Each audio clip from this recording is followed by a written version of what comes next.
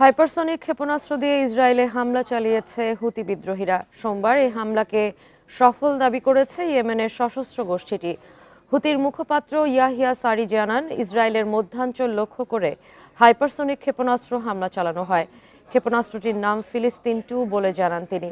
এদিকে ইয়েমেন থেকে ছোড়া ক্ষেপণাস্ত্র ইসরায়েলের আকাশ সীমায় ঢোকার আগে ভূপাতিত করা হয়েছে বলে দাবি ইসরায়েলের সামরিক বাহিনীর। ক্ষেপণাস্ত্র এবং রকেট হামলা নিয়ে রাজধানী তেল আবিবে সতর্কতা জারি ছিল বলে জানায় আইডিএফ।